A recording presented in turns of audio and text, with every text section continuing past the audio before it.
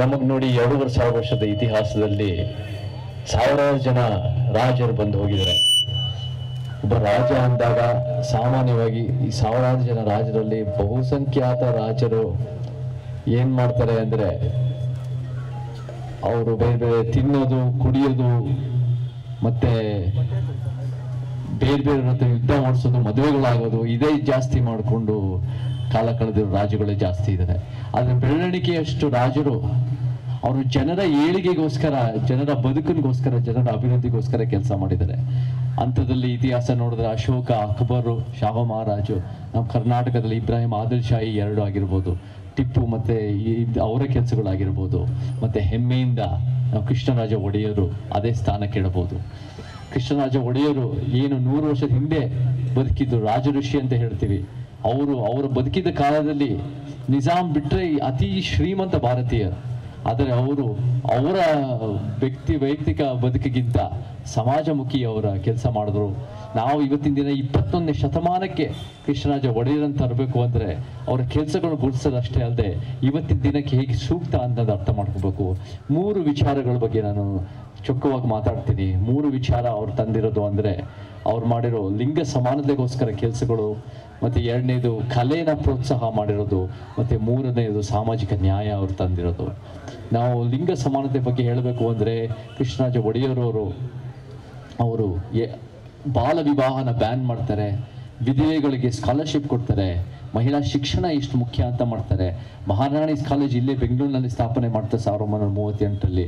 ನಮ್ಮ ಅಜ್ಜಿನೂ ಅಲ್ಲೇ ಓದಿರೋ ಜಾಗ ಅದು. ನಮಗೆ ಇವತ್ತಿನ ದಿನ ಎಷ್ಟು ಮಟ್ಟಿಗೆ ಲಿಂಗ ಸಮಾನತೆ ಇನ್ನೂ ಎಷ್ಟು ದೂರದ ಕನಸು. ಒಂದು ರೀತಿ ಪುರುಷ ಪ್ರಧಾನ ವ್ಯವಸ್ಥೆ, ಪ್ರಾಮಾಣ್ಯದ ವ್ಯವಸ್ಥೆ, ಬಂಡವಾಳಶಾಹಿ ವ್ಯವಸ್ಥೆ, ಕೋಮುವಾದ ಮತ್ತು ಬೇರೆ ಬೇರೆ ವ್ಯವಸ್ಥೆಗಳಲ್ಲಿ ಏನು ಒಂದು ರೀತಿ ಈ ಲಿಂಗ ಅಸಮಾನತೆ ಹೆಚ್ಚಾಗ್ತಾ ಇದೆ. ನಾನು ಕೂಡ ಒಂದು ವಾರದ ಹಿಂದೆ ಕಲಬುರಗಿಗೆ ಹೋಗಿ ಒಂದು 14 ವರ್ಷದ ಹುಡುಗಿ ಪವಿತ್ರ ಅನ್ನೋಳು ಅವನ್ನ ಅತ್ಯಾಚಾರ ಮಾಡಿ ಕೊಲೆ ಮಾಡಾಗಿದೆ, ಯಾಕಂದರೆ ಬಯಲು ಶೌಚಾಲಯ ಮಾಡಿದ್ದಕ್ಕೆ. ಸೊ ಇವತ್ತು ಆ ಬಯಲು ಶೌಚಾಲಯ ಅನ್ನೋದು ಎಷ್ಟು ಮಟ್ಟಿಗೆ ನಮ್ಮ ಕರ್ನಾಟಕದಲ್ಲಿ ಇವತ್ತು ನಡೀತಾ ಇದೆ, ಅದರಿಂದ ಎಷ್ಟು ಒಂದು ರೀತಿ ಪರಿಣಾಮಕಾರಿಯಾಗಿದೆ. ಒಂದು ಜ್ಞಾಪಕ ಇಟ್ಕೊಳ್ಳಿ, ನಮಗೆ ಇವತ್ತಿನ ದಿನ ನಾನು ಎಷ್ಟೋ ಸರ್ಕಾರಿ ಶಾಲೆಗಳಿಗೆ ಹೋಗ್ತೀನಿ, ಸರ್ಕಾರಿ ಶಾಲೆಗಳಲ್ಲಿ ನನಗೆ ಹುಡುಗಿಯರ ಸಂಖ್ಯೆ ಜಾಸ್ತಿ ನೋಡಿದಾಗ ಖುಷಿ ಆಗುತ್ತೆ. ಆದರೆ ಹುಡುಗಿಯರ ಸಂಖ್ಯೆ ಯಾಕೆ ಸರ್ಕಾರಿ ಶಾಲೆಯಲ್ಲಿ ಜಾಸ್ತಿ ಇದ್ದಾರೆ ಅಂದರೆ ಹುಡುಗರನ್ನೆಲ್ಲ ಖಾಸಗಿ ಶಾಲೆಗಳು ಕಳಿಸ್ತಾರೆ. ಸೊ ಆ ನಿಟ್ಟಿನಲ್ಲಿ ನಮಗೆ ಎಲ್ಲೋ ಒಂದು ಕಡೆ ಚಿಕ್ಕ ವಯಸ್ಸಿದನೋ ಈ ಅಸಮಾನತೆ, ಎಲ್ಲೋ ಹುಡುಗರು ಸಿಗರೇಟ್ ಸೇದಿ ಎಣ್ಣೆ ಹೊಡೆದ್ರೆ ಅದು ಹುಡುಗರು ಮಾಡೇ ಮಾಡ್ತಾರೆ ಅನ್ನೋದು, ಹುಡುಗಿ ಮಾಡಿದ ತಕ್ಷಣ ಇಡೀ ಒಂದು ರೀತಿ ಸಾಮಾಜಿಕ ಅಪರಾಧ ಅನ್ನೋದು ಗುರುತಿಸೋದು. ಸೊ ನಮಗೆ ಅಸಮಾನತೆಯ ಜೀವಂತವಾಗಿದೆ, ಅದನ್ನು ಕೂಡ ಹೋಗಲಾಡಿಸ್ಬೇಕು. ಇದು ಒಂದು ರೀತಿ ಕೃಷ್ಣರಾಜ ಒಡೆಯರ ಕೆಲಸಗಳು ನಮ್ಮ ಪ್ರೇರಣೆ ಆಗಬೇಕು. ಹಾಗೆಯೇ ಕಲೆ ಬಗ್ಗೆ ಮಾತಾಡಬೇಕು ಅಂದರೆ ಕೃಷ್ಣರಾಜ ಒಡೆಯರು 8 ಒಂದು ರೀತಿಯ ವಾದ್ಯ ಇನ್ಸ್ಟ್ರೂಮೆಂಟ್ಸ್ ನುಡಿಸ್ತಾ ಇದ್ರು ಅಂತ ಹೇಳ್ತಾರೆ. ಅದು flute, violin, saxophone, nadaswara, piano, mridangam, sitar, ವೀಣೆ ಇವೆಲ್ಲ ನುಡಿಸ್ತಾ ಇದ್ರು. ನಾನು ಕೂಡ ಸ್ಯಾಕ್ಸಫೋನ್ ನುಡಿಸ್ತೀನಿ. ಆ ಕಾರಣಕ್ಕೆ ನನಗೆ ಭಾಳ ಸಂತೋಷ ಆಗುತ್ತೆ. ಜ್ಞಾಪಕ ಇಟ್ಕೊಳ್ಳಿ, ಅವರು ಹಾಗೆ ಕನ್ನಡದಲ್ಲಿ ಅವರೆಷ್ಟು ಒಂದು ಕವನಗಳು ಬರೀತಾ ಇದ್ರು. ಸೊ ನಮಗೆ ಈ ವಿಚಾರಗಳಲ್ಲಿ ಕಲೆ ಅಂದಾಗ ಅದು ಬರೀ ಒಂದು ರೀತಿ ಮನೋರಂಜನೆಗೆ ಇರೋದಾಗಿರ್ಬೋದು, ಅಥವಾ ಕಲೆ ಅನ್ನೋದು ಏನು ಸಿನಿಮಾ ರಂಗ ಥರ ವ್ಯಾಪಾರಕ್ಕೋಸ್ಕರ ಇರಬಾರ್ದು. ಕಲೆ ಅನ್ನೋದು ಸಾಮಾಜಿಕ ಪರಿವರ್ತನೆ, ಬದಲಾವಣೆಗೆ ಇರಬೇಕು ಅನ್ನೋದು ಕೃಷ್ಣರಾಜ ಒಡೆಯರು ಕೂಡ ನಮಗೆ ತೋರಿಸಿದ್ರು. ಹಾಗೆ ನಮಗೆ ಲಿಬರಲ್ ಆರ್ಟ್ಸು, ನಮ್ಮ ಮಾನವೀಯ ಶಾಸ್ತ್ರಗಳು, ಲಿಬರಲ್ ಆರ್ಟ್ಸು, ಹ್ಯುಮ್ಯಾನಿಟೀಸ್ ಅನ್ನೋದು ನಮ್ಮ ಮಕ್ಕಳಿಗೆ ಹೇಳಿಕೊಟ್ರೆ ಮಾತ್ರ ನಮಗೆ ಅವರ ಕಲ್ಪನಾ ಶಕ್ತಿ ಆಗಿರ್ಬೋದು, ಅವರ ವ್ಯಕ್ತಿತ್ವ ಆಗಿರ್ಬೋದು, ಸಮಾಜಕ್ಕೆ ಸಮಸ್ಯೆಗಳಿಗೆ ಪರಿಹಾರ ಹೇಳ್ಕೊಡೋದು, ಅದು ಒಂದು ರೀತಿ ಒಂದು ದಾರಿ ಹುಡುಕೋದು ಭಾಳ ಮುಖ್ಯ ಆಗುತ್ತೆ. ಸೊ ಕಲೆಯನ್ನು ಪ್ರೋತ್ಸಾಹದ ಭಾಳ ಮುಖ್ಯ. ಮತ್ತು 3ನೇ ನಿಮ್ಮೆಲ್ಲರಿಗೂ ಗೊತ್ತಿರೋ ಹಾಗೆ ಸಾಮಾಜಿಕ ನ್ಯಾಯ. ಏನು ಮಿಲ್ಲರ್ ರಿಪೋರ್ಟ್ ಅನ್ನೋದು ಏನು ತಂದು 25ರಿಂದ 75% ಮೀಸಲಾತಿಯನ್ನು ಒದಗಿಸ್ಕೊಟ್ಟಿದ್ದಾರೆ ನಮಗೆ ಕೃಷ್ಣರಾಜ ಒಡೆಯರು.